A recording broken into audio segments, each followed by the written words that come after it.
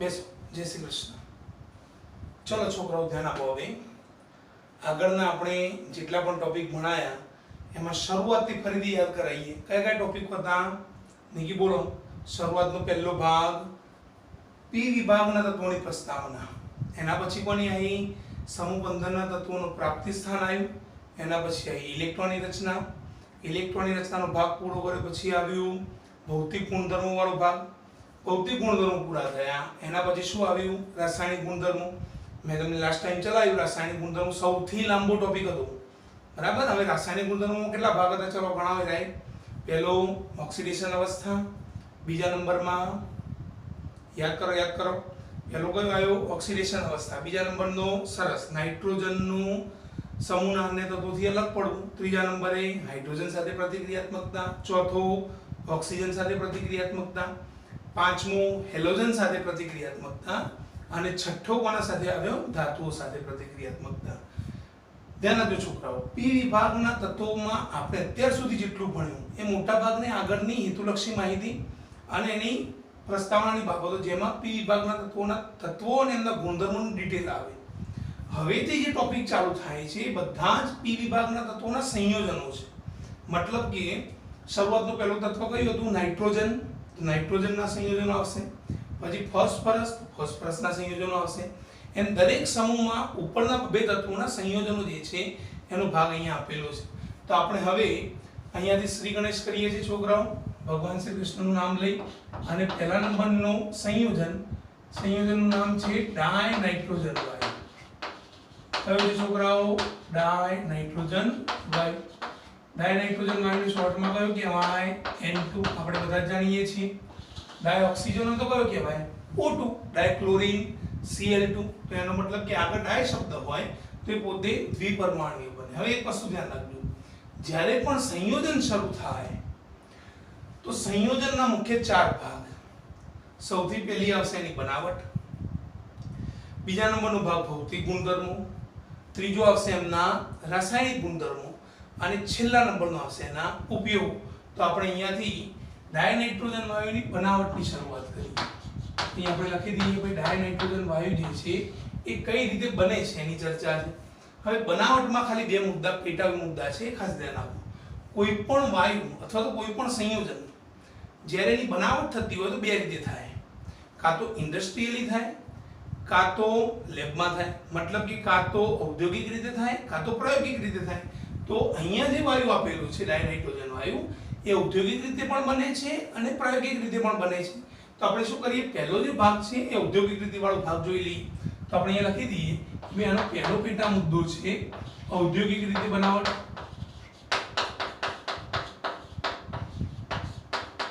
ઔદ્યોગિક રીતે. હવે શબ્દો ધ્યાન આપજો છોકરાઓ, આના જે મુદ્દા છે એ રહે. પહેલો મુદ્દો વ્યાપારી ધોરણે ડાયનાઇટ્રોજન વાયુ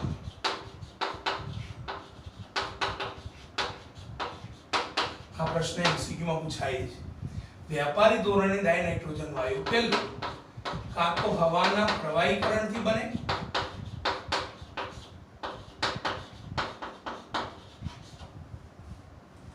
અને બીજા નંબરનો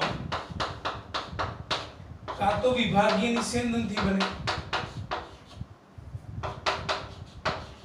વિભાગીય નિસ્યંદનથી બનાવાય છે. ફરીથી એકવાર, વ્યાપારી ધોરણે ડાયનાઇટ્રોજન વાયુ કાં તો હવાના પ્રવાહીકરણથી બને, કાં તો વિભાગીય નિસ્યંદનથી. આપણે શું કરીએ? વિભાગીય નિસ્યંદન વાળો ભાગ લઈએ. તો આપણે અહીંયા લખી દઈએ કે વિભાગીય નિસ્યંદન પ્રક્રિયામાં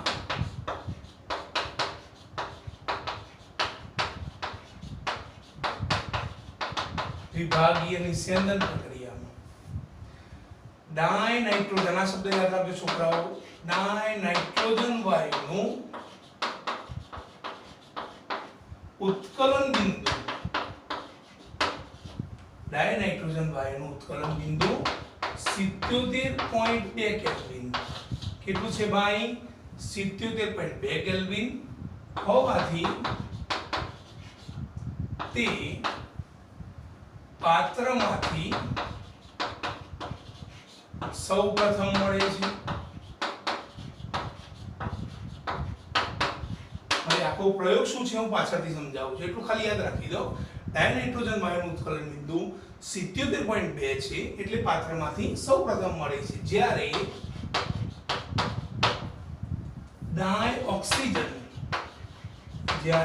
ડાયઓક્સિજનનું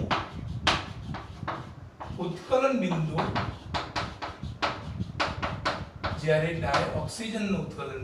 90 કેલ્વિન, ડાયઓક્સિજનનું ઉત્કલન બિંદુ કેટલું છે ઢીંગલાઓ 90 કેલ્વિન હોવાથી તે પાત્રમાં બાકી રહે છે,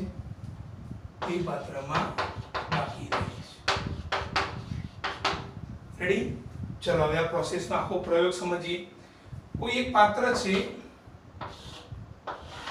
જે આખું બંધ પાત્ર છે, તો આપણે અહીંયા હવાચુસ પાત્ર કરી દઈએ। આ પાત્રમાં બે વાયુ ભરેલા છે, એક જે વાયુ છે એટલે આપણે બબલ્સ ઉત્પન્ન કરી દઈએ। એમાં એક વાયુ ભરેલો છે N2 ડાયનાઇટ્રોજન, બીજો એક વાયુ ભરેલો છે O2 ડાયોક્સિજન। N2 નું ઉત્કલન બિંદુ કેટલું છે 77.2 કેલ્વિન, O2 નું ઉત્કલન બિંદુ કેટલું છે 90 કેલ્વિન। આપણે બધા જાણીએ છીએ ઉત્કલન બિંદુની વ્યાખ્યા। ઉત્કલન બિંદુની વ્યાખ્યા કઈ થાય ભારદ્વાજ? સરસ, પદાર્થ જે તાપમાને ઉકળે તે તાપમાનને તે પદાર્થને શું કહેવાય? ઉત્કલન બિંદુ। માની લો કે આ પાત્રને આપણે નીચેથી ગરમ કરીએ છીએ, તો આ પાત્ર જેવું ગરમ થશે તો શું થશે? અંદરનું વાયુ પણ ગરમ થાય। એનો મતલબ એ થાય કે જેનું ઉત્કલન બિંદુ આ બંનેમાંથી ઓછું છે એ સીધો પાત્રમાંથી બહાર આવી જાય। તેનો મતલબ કે 77.2 કેલ્વિન વાળો જે ડાયનાઇટ્રોજન છે એ પાત્રમાંથી શું જતો રહે? બહાર જતો રહે, કોઈ જગ્યાએથી બહાર નીકળી જશે। જ્યારે પાત્રમાં બાકી કયો રહી જશે? ડાયોક્સિજન। ઓકે, હવે આ પ્રયોગને ઉપર એપ્લાય કરીએ। ધ્યાન આપો। ઉપરનો મુદ્દો તો ખ્યાલ આવી ગયો। વ્યાપારી ધોરણે બે રીતે બને, કઈ રીતે? હવાના પ્રવાહીકરણથી અને વિભાગીય નિસ્યંદનથી।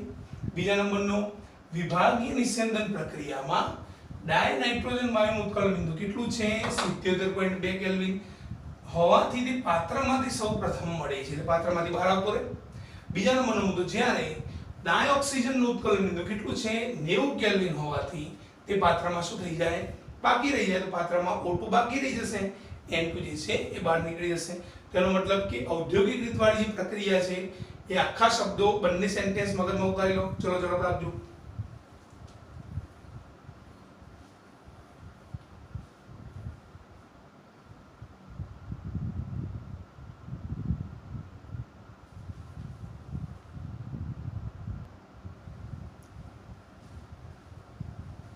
ચલો રેડી છોકરાઓ? ઔદ્યોગિક રીતવાળી ભાગ જે છે ડાયનાઇટ્રોજનનો પૂરો કર્યો।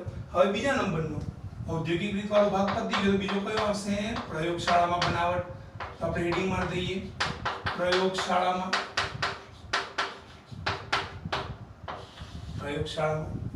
ચલો ધ્યાન આપજો, પહેલો મુદ્દો લખીએ છીએ પ્રયોગશાળામાં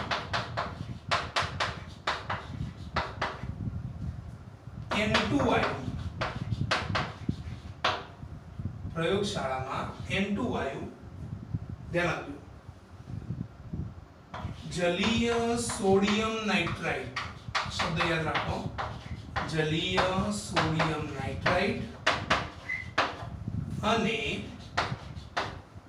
એમોનિયમ ક્લોરાઇડ, જલીય સોડિયમ નાઇટ્રાઇટ અને એમોનિયમ ક્લોરાઇડ સાથેની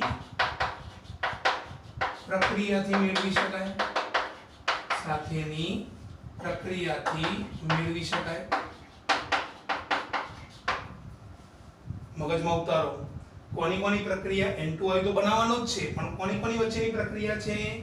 સોડિયમ નાઇટ્રાઇટ અને સામે કયો છે? એની સામે ammonium chloride. Niki, sodium nitrite નું સૂત્ર બોલો। સોડિયમ એટલે Na, નાઇટ્રાઇટ ધ્યાન રાખજો, ઉતાવળ ના કરતા। નાઇટ્રેટ નું અણુસૂત્ર NO3 થાય। નાઇટ્રેટ નું અણુસૂત્ર કયું થાય? NO3। નાઇટ્રાઇટ નું અણુસૂત્ર NO2 થાય। નાઇટ્રેટ નું અણુસૂત્ર કયું થઈ જાય? NO2। ચલો બીજા એક્ઝામ્પલ લઈએ। સલ્ફેટ અણુસૂત્ર કયું થાય? SO4। સલ્ફાઇટ SO3। સલ્ફાઇટ નું અણુસૂત્ર કયું થઈ જાય? SO3। મગજમાં ઉતારજો, ખાસ ધ્યાન રાખજો છોકરાઓ। તો આવા બધા ઘણા બધા નાઇટ્રાઇટ અને સલ્ફાઇડ ફોસ્ફાઇડ આવા ઘણા બધા જે સૂત્રો છે એને મગજમાં ઉતારો. તો સોડિયમ નાઇટ્રેટ નું સૂત્ર બોલો છોકરાઓ, કયું છે? NaNO2. રેડી? અને એની કોના સાથે પ્રક્રિયા છે? Ammonium chloride. તેની સાથેની પ્રક્રિયા અહીં આપણે લખી દઈએ NH4Cl. હવેથી સમીકરણો સ્ટાર્ટ થાય છે, મગજમાં ઉતારતા રહો. NaNO2 ની NH4 સાથેની પ્રક્રિયા, સોરી NH4Cl સાથેની પ્રક્રિયા. હવે આ પ્રક્રિયામાં એક બાબત સીધી દેખાય છે, જુઓ. અહીંયા કયો છે? Na. અહીંયા કયો છે? Cl. NaCl છૂટો પડી ગયો. અહીંયા બીજો કયો? આપણે નાઇટ્રોજન. નાઇટ્રોજન એટલે જે બનાવવાનો છે, કયો બનાવવાનો છે? N2. એ છૂટો પડી ગયો. ચલો, હાઇડ્રોજન કેટલા છે? 4. ઓક્સિજન કેટલા છે? 2. તો આપણે એના ઉપરથી પ્રક્રિયા લખીએ. એક તો જે બનાવવાનો છે લખી દઈએ. એક કયો બનશે? N2 બને. બીજો કયો ભાગ આવી જશે? NaCl વત્તા હાઇડ્રોજન 4 ઓક્સિજન 2. એટલે પહેલા આપણે બોલ્યા વગર સીધું લખી દઈએ H2O. હાઇડ્રોજન 4 કરવા માટે આગળ કેટલા વડે ગુણી દઈએ? 2 વડે. હાઇડ્રોજન 4 થઈ ગયા, ઓક્સિજન 2 થઈ ગયા. ફરીથી એકવાર પ્રયોગશાળામાં N2 વાયુ જલીય સોડિયમ નાઇટ્રાઇટ અને એમોનિયમ ક્લોરાઇડ વચ્ચેની પ્રક્રિયાથી મળે છે. તો સોડિયમ નાઇટ્રાઇટ લખ્યો, એમોનિયમ ક્લોરાઇડ લખ્યો, ડાયનાઇટ્રોજન મળી ગયો, NaCl અને પાણીનો ભાગ જે છે એ છૂટો પડી ગયો. ચલો, આમાંનામાં લખવાનું. આ મુદ્દો ખાસ ધ્યાન રાખજો, પરીક્ષામાં પૂછાય. આ પ્રક્રિયા દરમિયાન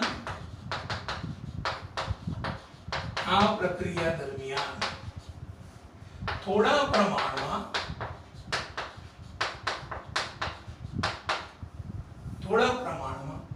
NO અને HNO2 નું મિશ્રણ મળે છે.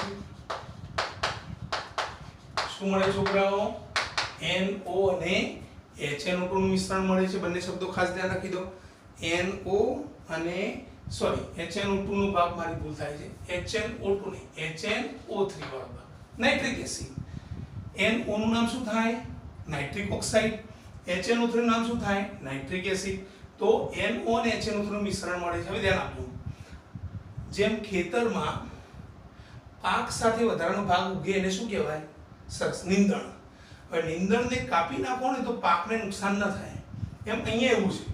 આખી પ્રક્રિયા દરમિયાન N2 મેક્સિમમ પ્રમાણમાં મળવાનો આપણને. પણ N2 મેક્સિમમ પ્રમાણમાં મળે એને થોડું પણ નુકસાન પહોંચાડતું હોય તો કયું મિશ્રણ નુકસાન પહોંચાડે છોકરાઓ? NO અને HNO3 નું મિશ્રણ. એનો મતલબ શું થયો? કે આ મિક્સચર અથવા તો આ મિશ્રણને ગમે તે રીતે દૂર કરવું પડે. તો ધ્યાન રાખજો, આને દૂર કરવા માટે એક બીજું મિશ્રણ વૈજ્ઞાનિકો તૈયાર કરે છે. આપણે લખી દઈએ કે આ મિશ્રણને દૂર કરવા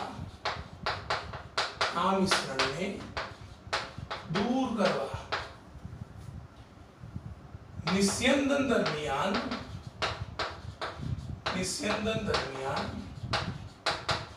ઉત્પન્ન થતા વાયુ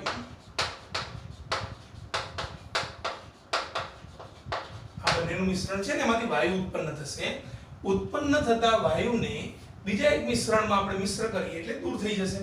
તો ઉત્પન્ન થતા વાયુને આપણે શું કરશું? તો પોટેશિયમ ડાઇક્રોમેટ. શબ્દ યાદ રાખજો, પોટેશિયમ ડાઇક્રોમેટ. પોટેશિયમ એટલે K, ડાઇક્રોમેટ એટલે Cr2O7. પણ Cr2O7 ના માંથી -2 છે એટલે એ બગડો અહીંયા આવતો રહે. K ઉપર તો +1 છે, એકલો લખવાની જરૂરત નથી. આનું સૂત્ર કયું થાય? પોટેશિયમ ડાઇક્રોમેટ નું K2Cr2O7. ઓકે, તો પોટેશિયમ ડાઇક્રોમેટ અને જલીય H2SO4 ના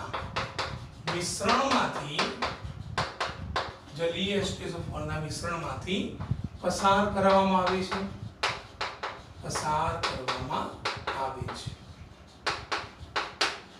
થોડું કન્ફ્યુઝ કરે એવું છે, પણ ફરીથી સમજાવી દઉં.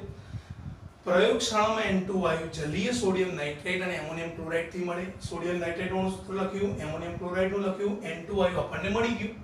આ આખી પ્રોસેસ દરમિયાન થોડા પ્રમાણમાં જે ઉત્પન્ન થાય છે, કયું ઉત્પન્ન થાય છે? NO અને HNO3 નું મિશ્રણ.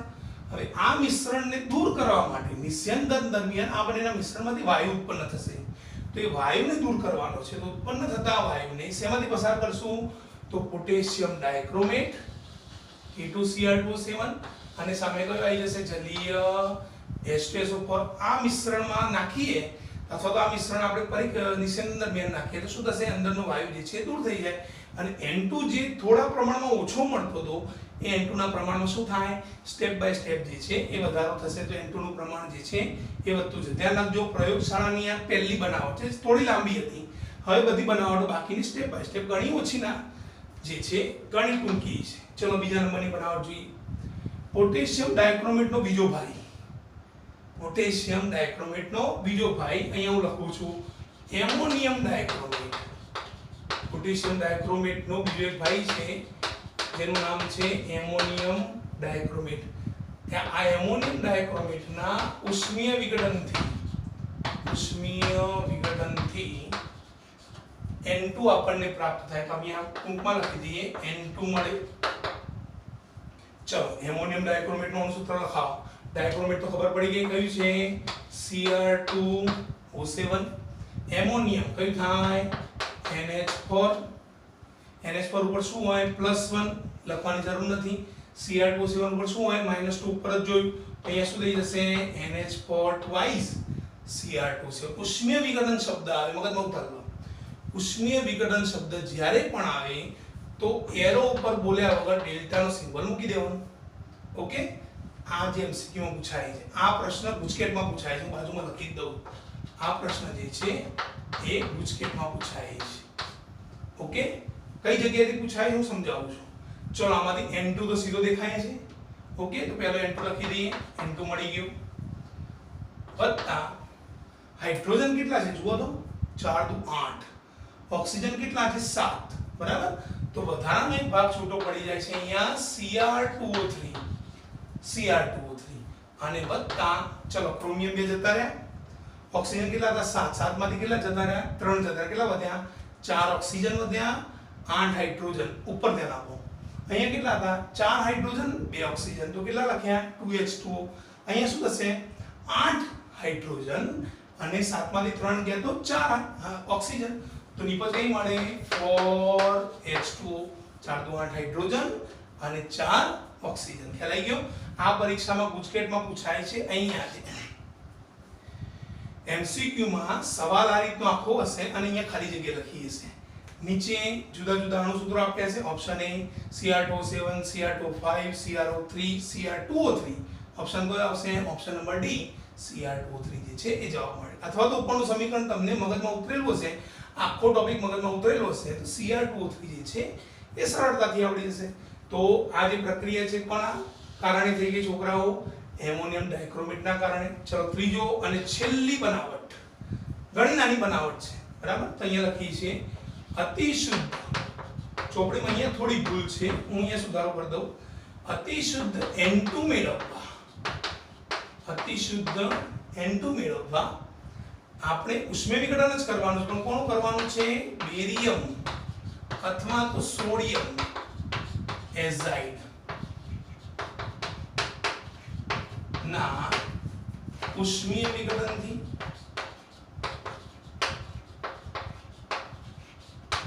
ઓકે, ફરીથી એકવાર, અતિશુદ્ધ N2 મેળવવો હોય તો કાં તો બેરિયમ એઝાઇડ યુઝ કરો અથવા તો સોડિયમ એઝાઇડ. ધ્યાન રાખજો, પરીક્ષામાં ચોપડીમાં ખાલી બેરિયમ એઝાઇડનું અણુસૂત્ર આપ્યું છે, સોડિયમ એઝાઇડનું અણુસૂત્ર આપેલું છે નહીં. તો ચોપડી વાળો જે ભાગ છે પહેલો જોઈ લઈએ. બેરિયમ એઝાઇડનું અણુસૂત્ર થાય છે BaN3 twice. હવે ખબર પડે છે એઝાઇડ, એઝાઇડનું અણુસૂત્ર છે ખાલી N3. ધ્યાન રાખજો બંને છોકરાઓ, એઝાઇડનું અણુસૂત્ર કયું છે, ખાલી N3. આ બગડો ક્યાંથી આવ્યો, સરસ, Ba ઉપરની ઓક્સિડેશન અવસ્થા, Ba ઉપર જે +2 છે બગડો અહીંયા આવતો રહ્યો, N3 ઉપર -1 છે, પેલી બાજુ લખવાની જરૂર જ નથી. એનો મતલબ કે ઉષ્મીય વિઘટન કરવું હોય તો શું મૂકી દેવું પડે, ડેલ્ટા. પણ આપણે એક કામ કરીએ, આપણું ઘરનું પણ સોડિયમ વાળું પણ બનાવી દઈએ. સોડિયમ એઝાઇડનું અણુસૂત્ર લખાવો. ચલો અહીંયા સોડિયમ એટલે Na. ચલો N3 છે તો અહીંયા શું થઈ જાય, N3. અચ્છા, અહીંયા ટ્વાઇસ આવે છોકરાઓ, ના કેમ નહીં આવે, એની ઉપર શું છે, +1. સરસ, એની ઉપર શું છે, +1, તો જરૂર જ નથી એની. તો આ બંને અણુસૂત્રો થઈ ગયા. ચલો આમાંથી N2 કાઢી નાખો બહાર, આમાંથી N2 કાઢો તો N2 લખ્યું. ઓકે, ચલો નાઇટ્રોજન કેટલા છે, 3 દુ 6, 2 આવી ગયા તો આગળ કેટલા મૂકી દઈએ, 2 તરી 6. અને Ba જે છે એ છૂટો પડી ગયો, તો મતલબ કે બેરિયમ ધાતુ છૂટી પડી ગઈ. નીચે આવું ના થાય, નીચે તો શું છે N3 છે. હવે N3 માંથી N2 બનાવો તો પછી શું કરવું પડે, પહેલા આને 2 વડે તમારે ગુણવું પડે. ચલો હવે નાઇટ્રોજન કેટલા થઈ ગયા, 3 દુ 6, અહીંયા શું થશે તો 3N2, 6 થઈ ગયા નાઇટ્રોજન. અને Na કેટલા ધાતુ છૂટી પડી ગઈ, Na ના 2 મોલ જે છે એ છૂટા પડી ગયા. તો આખી પ્રોસેસ હવે જોઈ લો, બનાવટના મુદ્દા જે છે એ ખાસ ધ્યાન આપી દો. બધા મુદ્દા શાંતિથી સ્ટેપ બાય સ્ટેપ જોઈ લો છોકરાઓ.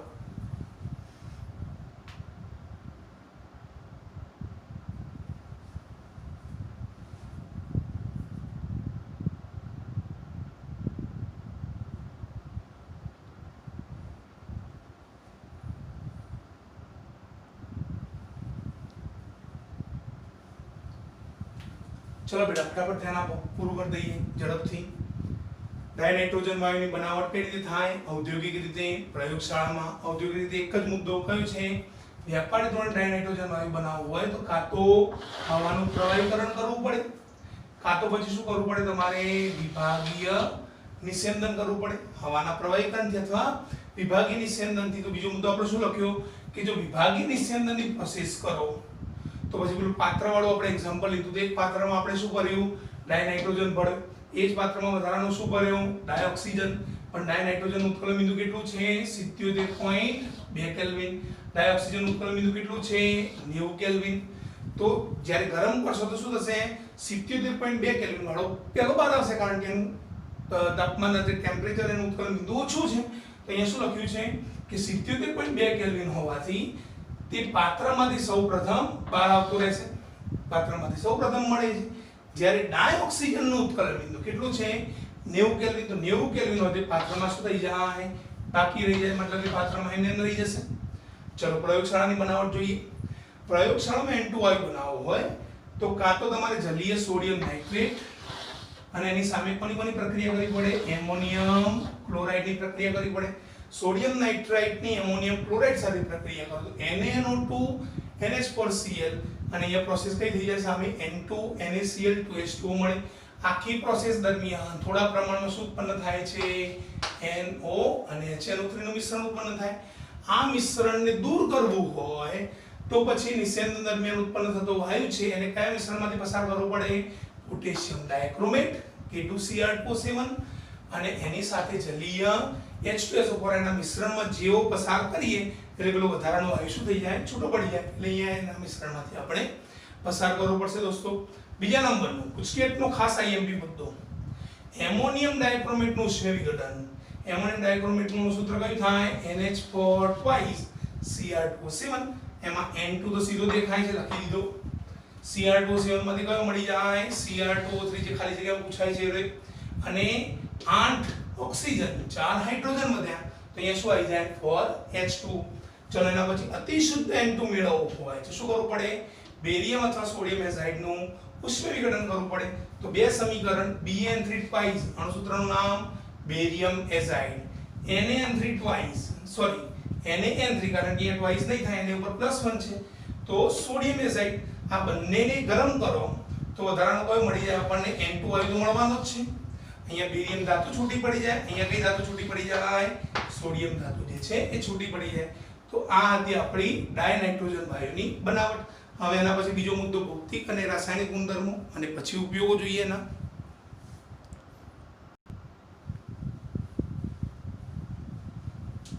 ચલો દોસ્તો ધ્યાન આપો, બનાવટનો આખો મુદ્દો જોઈ લીધો, સ્ટેપ બાય સ્ટેપ દરેક સમીકરણમાં ખ્યાલ આવી ગયો, દરેક શબ્દોમાં ખ્યાલ આવી ગયો. હું ફરીથી એકવાર ક્લિયર કરી દઉં. ઘણીવાર આપણને એવું લાગતું હોય કે આ મુદ્દો ઘણો લાંબો છે, બરાબર, પણ અહીંયા તો શું છે કે આપણે થોડા મોટા અક્ષરે તમને સમજાવીએ છીએ, બરાબર. જ્યારે તમે પરીક્ષામાં લખશો તો નોટબુકમાં 2 થી 3 વાર પ્રેક્ટિસ કરશો તમને એવું લાગશે કે આ મુદ્દો ઘણો નાનો છે, બરાબર, પણ અહીંયા સમજૂતી છે એટલે આપણે એને થોડું ડિટેલમાં સમજાવવું પડે, બરાબર. કારણ કે અણુસૂત્રો, સમીકરણ સંતુલન, શબ્દો અને શબ્દો ઉપરથી તમને રાસાયણિક સૂત્ર કઈ રીતે મળે છે એ આપણે હું ડિટેલમાં એટલા માટે માહિતી આપું છું કારણ કે તમને પાછળથી તકલીફ પડે નહીં, બરાબર. ચલો બનાવટ પછી બીજો મુદ્દો ડાયનાઇટ્રોજનનો આવશે, ભૌતિક ગુણધર્મો. આપણે રીડિંગમાં થઈએ ભૌતિક ગુણધર્મો. ધ્યાન રાખજો, હું ક્લિયર કરી દઉં કે ભૌતિક ગુણધર્મો ખાલી 4 છે, એ પણ ઘણા બધા નાના. પહેલું ધ્યાન રાખો બધા, એક છે રંગવિહીન ગંધવિહીન સ્વાદવિહીન બિનઝેરી, રંગવિહીન ગંધવિહીન સ્વાદવિહીન અને બિનઝેરી વાયુ છે, મતલબ કે કોઈ નુકસાન પહોંચાડતો નથી. બરબાદ તારા જેવો છે. બિનઝેરી વાયુ છે, એકદમ સીધો સાદો વિચારો. ચલો રંગવિહીન ગંધવિહીન સ્વાદવિહીન બિનઝેરી થઈ ગયો. ચલો બીજો મુદ્દો, બે સમસ્થાનિકો. હવે ઉતારી લો. બે સમસ્થાનિકો છે નાઇટ્રોજનના, આ રીતે છે નાઇટ્રોજન, હા, અને બીજો છે આને આ રીતે બોલાય નાઇટ્રોજન 14 નાઇટ્રોજન 15. બે સમસ્થાનિકો કયા કયા છે? નાઇટ્રોજન 14 અને નાઇટ્રોજન 15. ત્રીજું, પાણીમાં અલ્પ દ્રાવ્ય છે, મતલબ કે પાણીમાં સંપૂર્ણ રીતે દ્રાવ્ય. શું દ્રાવ્ય છે? નહીં, સંપૂર્ણ દ્રાવ્ય થતો જ નથી. પાણીમાં અલ્પ દ્રાવ્ય છે. ત્રીજો મુદ્દો થઈ ગયો. અને ચોથો, આ થોડો ધ્યાન રાખવાનું છે. અહીં હું લખું છું, ઓરડાના તાપમાને નિષ્ક્રિય છે, પરંતુ તાપમાન વધતા, આ શબ્દ યાદ રાખજો, તાપમાન વધતા પ્રતિક્રિયાત્મકતા વધે. તાપમાન વધતા પ્રતિક્રિયાત્મકતા વધે છે. ચલો ચારે ચાર ફરીથી રિપીટ કરી દઈએ. રંગવિહીન કલરલેસ છે, ગંધવિહીન સ્મેલલેસ છે, સ્વાદવિહીન કોઈ પણ પ્રકારનો સ્વાદ નથી, અને બિનઝેરી છે, મતલબ કે પોઈઝનસ નથી. બે સમસ્થાનિકો છે, મતલબ બે પ્રકારના આઇસોટોપ છે, નાઇટ્રોજન 14 નાઇટ્રોજન 15. ચલો પાણીમાં કેવું છે? અલ્પદ્રાવ્ય. ઓરડાના તાપમાને કેવું છે? નિષ્ક્રિય. પણ જો તાપમાન નિષ્ક્રિય એટલે ન્યુટ્રલ છે, કોઈ પ્રક્રિયા ઓરડાના તાપમાને કરે જ નહીં, N2 અહીંયા પડ્યો હોય તો કોઈ નુકસાન પહોંચાડતો. પણ જો તાપમાન વધી ગયું તો પ્રતિક્રિયાત્મકતા એની ઇંગ્લિશમાં કે એક્ટિવિટી, મતલબ કે પોતે ધીરે ધીરે એક્ટિવ થઈ જાય. પોતે કેવું થઈ જાય છે? એક્ટિવ થઈ જાય. તો બીજા કોઈ પણ વાયુ સાથે પ્રક્રિયા કરે કે સાહેબ N2 તો અહીંયા પડ્યો છે, N2 માં બનાવટમાં તમે જલીય એમોનિયમ ક્લોરાઇડ લીધું, સોડિયમ નાઇટ્રેટ લીધું, બેરિયમ એસાઇડ લીધું, સોડિયમ એસાઇડ લીધું, એમોનિયમ નાઇટ્રોમેટ, પણ અહીંયા તો એવું કંઈ છે જ નહીં. તો કોના સાથે પ્રક્રિયા કરે? સમજાવો કોના સાથે પ્રક્રિયા કરે છે. બરાબર, ભૌતિક ગુણધર્મો સમજી લો. રંગવિહીન ગંધવિહીન સ્વાદવિહીન બિનઝેરી, બે સમસ્થાનિકો, પાણીમાં અલ્પદ્રાવ્ય, ઓરડાના તાપમાને નિષ્ક્રિય. પણ તાપમાન વધતા શું થાય છે? પ્રતિક્રિયાત્મકતા વધતી જાય છે. ચલો બીજા નંબરનો મુદ્દો જોઈએ. ભૌતિક પછીનો આવશે રાસાયણિક ગુણધર્મો. હું તમને સમજાવું છું. આપણે અહીંયા આપણા જ રૂમમાં પડ્યો હોય તો ડાયનાઇટ્રોજન કેટલો નુકસાનકારક થાય છે. પહેલો મુદ્દો ખાસ ધ્યાન રાખો કે ડાયનાઇટ્રોજન વાયુ જે છે, અહીંયા હું લખી દઉં છું, ડાયનાઇટ્રોજન વાયુ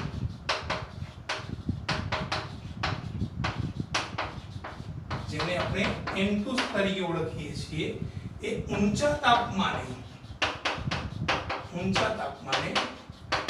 પહેલું આ બંને શબ્દો યાદ રાખી દો. ધાતુઓ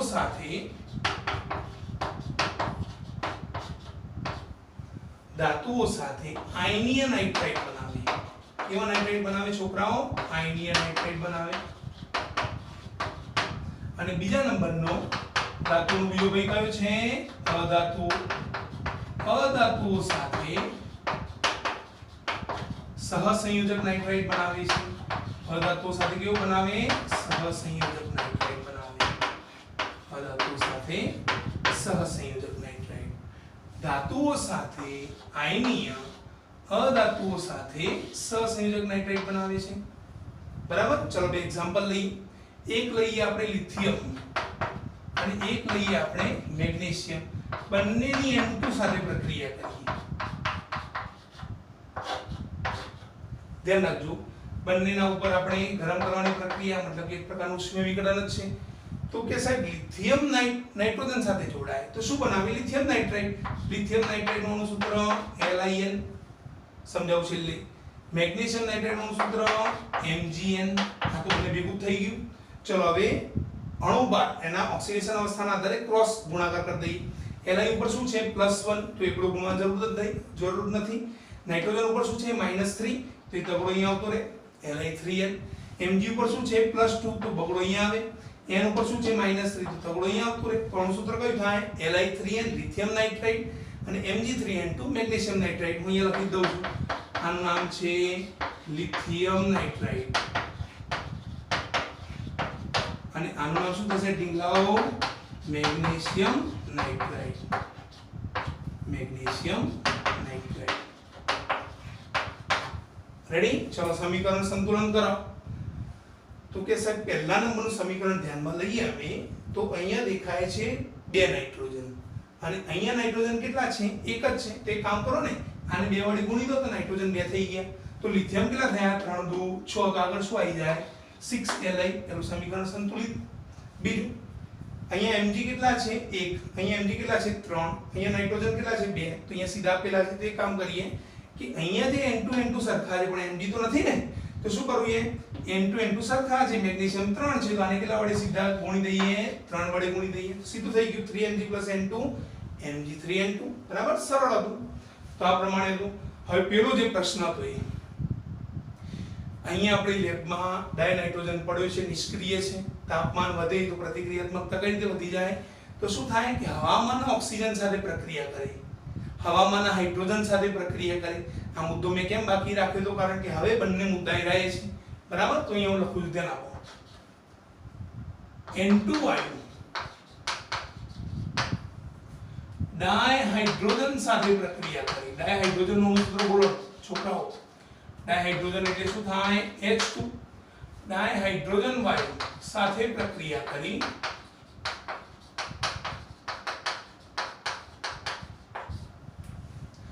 ચલો N2 અને H2 ભેગા થાય વસ્તુ નવમાં આવતી હતી યાદ કરો N2 અને H2 ભેગા થાય તો શું બને NH3 સરસ પ્રક્રિયા કરીને શું બનાવી દેશે એમોનિયા NH3 નું નામ શું થાય એમોનિયા જેનું સૂત્ર છે NH3 બનાવે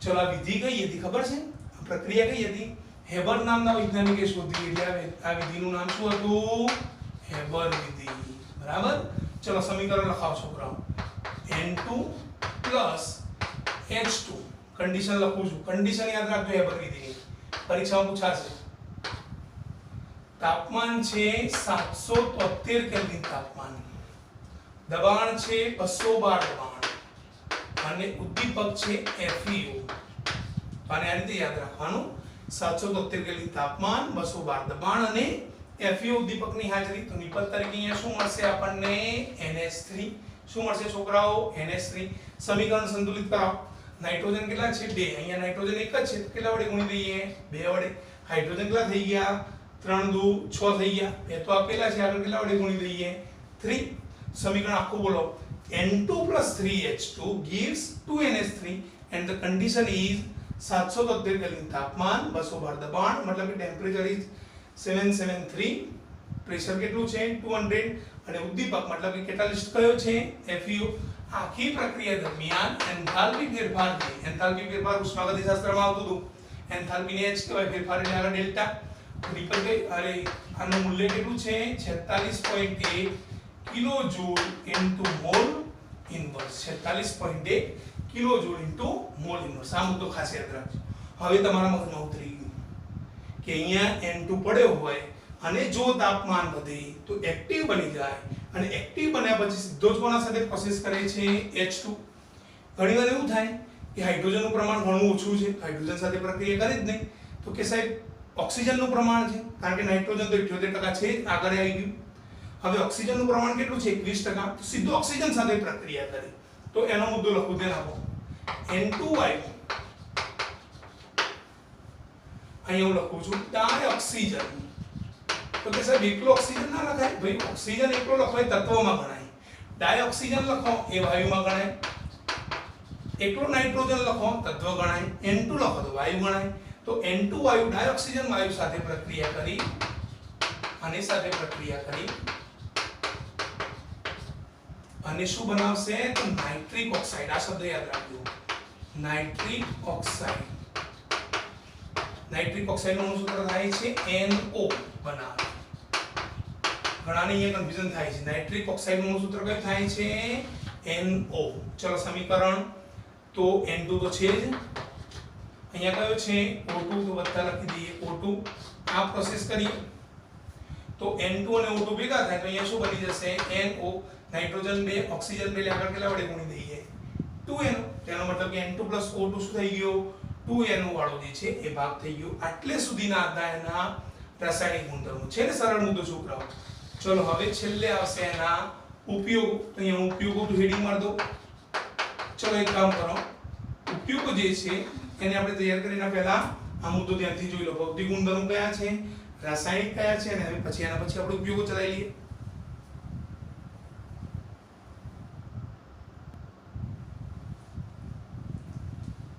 ચલો છોકરાઓ ભૌતિક રાસાયણિક ગુણધર્મો બંને જોઈ લીધા ઉપયોગો ત્રણ જ ઉપયોગો છે બહુ નાના ઉપયોગો છે ચલો જોઈ લઈએ પહેલો ડાયનાઇટ્રોજન નો ઉપયોગ કઈ જગ્યાએ થાય છે બરાબર તો પહેલો આપણે લખી દઈએ એમોનિયા વાયુ જે આપણે ઉપર બનાવ્યો જુઓ એમોનિયા વાયુની બનાવટમાં અને નાઇટ્રોજન યુક્ત રસાયણોની બનાવટમાં નાઇટ્રોજન યુક્ત રસાયણોની બનાવટમાં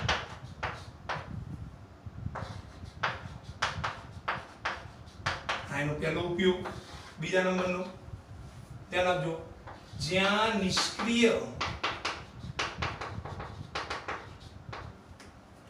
વાતાવરણની જરૂર હોય આ શબ્દ યાદ રાખવાનો છે વાતાવરણની જરૂર હોય જેને નિષ્ક્રિય વાતાવરણ એટલે શું સમજાવું કૌંસમાં લખી દઈએ ધાતુ કર્મ વિધિ માં ત્યાં ઉપયોગી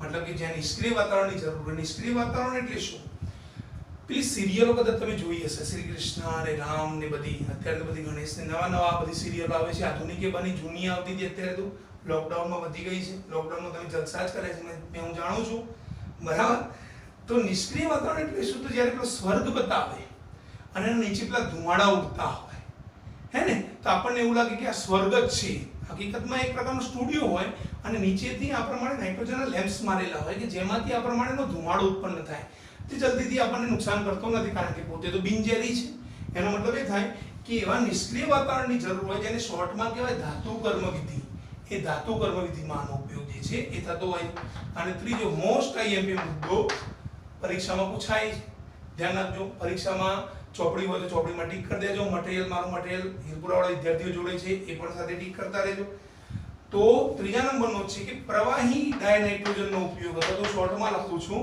પરીક્ષામાં પૂછાય છે એટલા માટે પ્રવાહી N2 નો ઉપયોગ પ્રવાહી N2 નો ઉપયોગ ક્યાં થાય છે તો આ શબ્દ યાદ રાખો જૈવિક અને ખાદ્ય પદાર્થોની જાળવણીમાં જૈવિક અને ખાદ્ય પદાર્થોની જાળવણીમાં રેડી તો આટલે આપણો ડાયનાઇટ્રોજન વાયુ જે છે એ પૂરો થઈ ગયો ચલો એમોનિયા વાયુની બનાવટમાં તો એમોનિયા વાયુ તો અહીંયા બની ગયો નાઇટ્રોજન યુક્ત રસાયણની બનાવટમાં તો લિથિયમ નાઇટ્રાઇડ બને મેગ્નેશિયમ ને આવા ઘણા બધા રસાયણો બને છે નિષ્ક્રિય વાતાવરણની જરૂર ધાતુ કર્મ વિધિમાં મેં સમજાવ્યું કઈ જગ્યાએ ઉપયોગી છે બીજા નંબરનો છે ને એમાં આટલો શબ્દ જ યાદ રાખો ધાતુ કર્મ વિધિમાં ઉપયોગી ચલો ત્રીજો કે પ્રવાહી N2 નો ઉપયોગ કરવો હોય તો કઈ જગ્યાએ થાય જૈવિક અને ખાદ્ય પદાર્થોની જાળવણી જે ખાદ્ય પદાર્થ હોય એના ઉપર જે લેયર હોય છે એ પણ એક પ્રકારના N2 નો લેયર હોય છે જે લાંબો સમય આપણા ખોરાકને જે છે એને ટકાવી રાખે છે બરાબર તો આ મુદ્દા જે છે એ ખાસ ધ્યાન રાખી લો ચલો ફરીથી એકવાર આપણે ઝડપથી રિપીટ કરી દઈએ પોતે કેવો છે રંગવિહીન ગંધવિહીન સ્વાદવિહીન અને પોતે કેવો છે બિનઝેરી પોઈઝનસ નથી બે સમસ્થાનિકો કયા કયા નાઇટ્રોજન 14 અને નાઇટ્રોજન 15 પાણીમાં કેવો છે અલ્પદ્રાવ્ય છે ઓરડાના તાપમાને પોતે નિષ્ક્રિય ન્યુટ્રલ છે પરંતુ જો તાપમાન વધી ગયું તો શું કરે છે પ્રતિક્રિયાત્મકતા વધારી દે કોના સાથે પ્રક્રિયા કરે H2 સાથે પ્રક્રિયા કરે એમોનિયા બનાવે O2 સાથે પ્રક્રિયા કરે નાઇટ્રિક ઓક્સાઇડ બનાવી દે ચલો રાસાયણિક ગુણધર્મો જુઓ ડાયનાઇટ્રોજન વાયુ N2 ઊંચા તાપમાને કોના સાથે પ્રક્રિયા કરે ધાતુઓ સાથે પ્રક્રિયા કરે કેવા નાઇટ્રાઇડ બનાવે છે આયનિયન નાઇટ્રાઇડ અધાતુઓ સાથે પ્રક્રિયા કરે કેવા નાઇટ્રાઇડ બનાવે સહસંયોજક નાઇટ્રાઇડ બનાવે એક્ઝામ્પલ લીધા લિથિયમ અને N2 ની પ્રક્રિયા કરી તો લિથિયમ નાઇટ્રાઇડ બન્યું સમીકરણ સંતુલન કર્યું અને 6 વડે ગુણ્યા અને 2 વડે ગુણ્યા મેગ્નેશિયમ ની ડાયનાઇટ્રોજન સાથે પ્રક્રિયા કરી મેગ્નેશિયમ નાઇટ્રાઇડ બન્યો પેલાને 3 વડે ગુણ્યા તો સીધું સમીકરણ સંતુલન થઈ ગયું તો એક પ્રકારના નાઇટ્રાઇટ નાઇટ્રોજન યુક્ત રસાયણ બનાવટમાં ઉપયોગી થઈ ગયું. N2 વાયુ ડાયહાઇડ્રોજન વાયુ સાથે પ્રક્રિયા કરે તો શું બનાવે છે? એમોનિયા બનાવે છે. આ પ્રક્રિયા કઈ વિધિ તરીકે ઓળખાય? હેબર વિધિ. તમે જૂની અને જાણીતી આગળ ભણી ચૂકેલા છો. બે પ્રકારની આવતી હતી, હું ક્લિયર કરી દઉં. ઘણા બધા છોકરાઓ હેબર ને બેયર માને છે. હેબર વિધિ એમોનિયાની બનાવટમાં વપરાય. બેયર વિધિ, બેયર પ્રક્રમ જે છે એ શેમાં આવે છે? તો બેયર પ્રક્રમ બોક્સાઇટમાંથી એલ્યુમિનાનું નિષ્કર્ષણ. આગળ આવશે, આપણે આગળના ચેપ્ટરમાં પણ શું આવશે. તો બેયર પદ્ધતિ શેમાં ઉપયોગી થાય? તો બોક્સાઇટમાંથી એલ્યુમિનાની બનાવટ જે છે એ બેયર પદ્ધતિ છે. અને એ જે એલ્યુમિના બન્યું, એલ્યુમિનામાંથી એલ્યુમિનિયમ બને એ હોલ હેરોલ્ડ પદ્ધતિ છે. તો બેયર અને હોલ હેરોલ્ડ જોડે જોડે છે. હેબર આખી જુદી પદ્ધતિ છે જેમાંથી એમોનિયા બને છે. તો N2 + 3H2 કન્ડિશન કઈ? 773 કેલ્વિન તાપમાન, 212 દબાણ, Fu ઉદ્દીપકની હાજરી, કયો વાયુ બને છે? એમોનિયા વાયુ પ્રાપ્ત થાય. આખી પ્રક્રિયા દરમિયાન એન્થાલ્પી ફેરફાર કેટલો થાય છે? -46.1 kilojoule into mole inverse. Okay, અથવા તો કિલોજૂલ પ્રતિ મોલ. N2 વાયુ ડાયોક્સિજન વાયુ સાથે પ્રક્રિયા કરે શું બનાવી દે છે? નાઇટ્રિક ઓક્સાઇડ બનાવી દે છોકરાઓ. પ્રક્રિયા N2 + O2 બંનેના 2 મોલ છે તો આગળ સીધા શું લખી દીધા? 2NO નાઇટ્રિક ઓક્સાઇડ બની ગયું. ઉપયોગો કયા છે? એમોનિયા વાયુની બનાવટમાં આવી ગયું, નાઇટ્રોજન યુક્ત રસાયણની બનાવટમાં આવી ગયું. ધાતુ કર્મ વિધિમાં શોર્ટમાં યાદ રાખો, ધાતુ કર્મ વિધિમાં ઉપયોગી મેં સમજાવ્યું. અને પ્રવાહી N2 નો ઉપયોગ જૈવિક અને ખાદ્ય પદાર્થોની જાળવણીમાં થતો હોય. તો આ થઈ ગયો આપણો ડાયનાઇટ્રોજન વાયુ. મેં પહેલા જ કીધું હતું કે કોઈ પણ સંયોજન 4 વિભાગમાં વિભાજિત થતું હોય. કયું કયું? બોલો. પહેલો ભાગ કયો આવ્યો? બનાવટ. બીજો ભાગ કયો આવ્યો? ભૌતિક ગુણધર્મો. ત્રીજો ભાગ કયો આવ્યો? રાસાયણિક ગુણધર્મો. અને ચોથો કયો આવ્યો? ઉપયોગો. આપણે હવે આ ચેપ્ટરમાં આગળની દરેક સમૂહમાં પ્રસ્તાવના ભણી ચૂક્યા પછી બે ચાર સંયોજનો દરેક સમૂહમાં છે. બરાબર?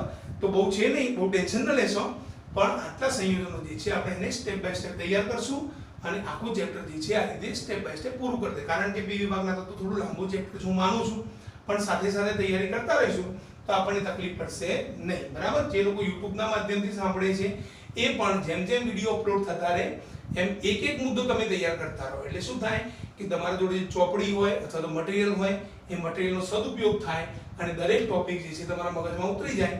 તમને પરીક્ષામાં આ જ ટોપિકો ઘણો બધો ફાયદો કરાવશે છોકરાઓ. બરાબર? પણ ક્યારે?